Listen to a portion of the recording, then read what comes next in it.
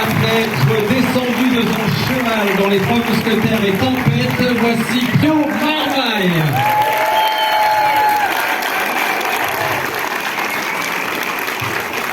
Bonsoir.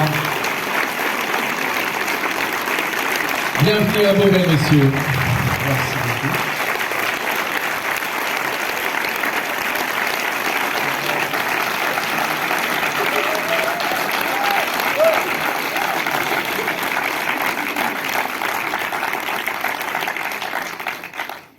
Quel accueil, merci.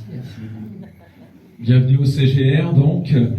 Est-ce que vous avez des questions à poser à Olivier, Eric ou Pio? Putain, on l'a en direct. C'est Carrément. des questions sur la Avant photo le que film. vous n'avez pas vu, en vous basant C'est toujours difficile. une photo, peut-être que se poser des questions sur la photo tant qu'on y est. Le film n'est pas complètement raté. Donc merci d'être ici au CGR de Beauvais. On est très heureux de vous accueillir. Comment est venue l'écriture sur des sujets qui ne sont pas des sujets drôles à la base, en tout cas le surendettement et puis les mouvements écologistes?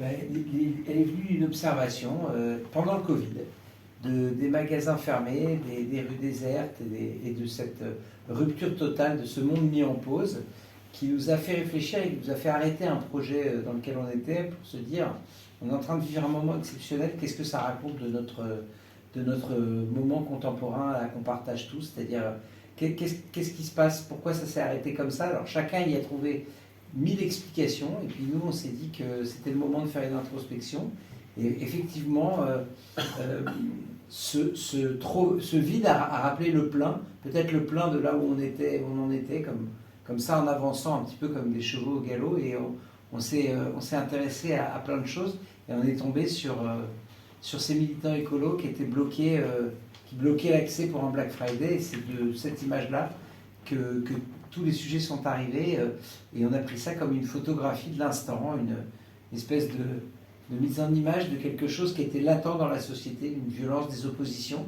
Et on s'est dit, tiens, c'est le bon moment pour en faire une comédie, pour qu'il y ait un petit peu ensuite dans thérapie une sorte de rire thérapeutique. Comment est venu le choix de votre casting pour le film? Alors, c'est toujours compliqué cette question parce que nous on est inspiré par des acteurs, soit qui carrément motivent l'écriture, soit c'est en cours d'écriture, on pense à des gens avec qui on a envie de travailler. Bon, Pio, on l'a croisé En thérapie, et ça a vraiment bien matché. Dans la saison 2, on a carrément réalisé les épisodes avec lui, et on avait envie d'aller plus loin, donc Pio était vraiment à la base du projet, et Jonathan est venu un peu plus tard. On avait envie de constituer, de mélanger des familles d'acteurs, comme on le fait assez souvent, avec Noémie Merlan, Mathieu Amalric, Grégoire Le Prince-Ringuet, et Jonathan. Et puis on trouve que c'est un casting pas vu, jamais vu, original, et c'est ça qui nous motive et qui nous excite. Donc Pio, pour vous, à la lecture du scénario, qu'est-ce qui vous a séduit pour être dans le film? Je pense que c'est un ensemble de choses. Olivier l'a expliqué, c'est vrai que ça dépasse simplement le cadre du travail. Je pense que nous, on se connaît aussi depuis une dizaine d'années, donc on avait déjà eu la possibilité de travailler ensemble sur En thérapie, effectivement. Et je pense que c'est, en tout cas pour moi, ce film et ce qu'il développe, ça fait écho en moi à des questions que je peux me poser aussi dans mon rapport, moi, en tant qu'individu, mon rapport au monde, mon rapport à l'écologie, au surendettement. C'est des problématiques qui me touchent et qui me sont assez proches. Donc je ne pouvais pas rester non plus extérieur à ce projet. J'avais eu l'envie, donc ça aussi, non seulement de continuer notre travail collectif, mais en plus de traverser ces problématiques-là. Ça, c'est une chose qui me faisait envie, et puis je pense aussi le casting autour, puis c'est un truc que j'ai travaillé avec Eric Olivier, Ça se refuse pas? Non, je pense pas, puis je pense que c'est une chance et c'est assez génial. Donc,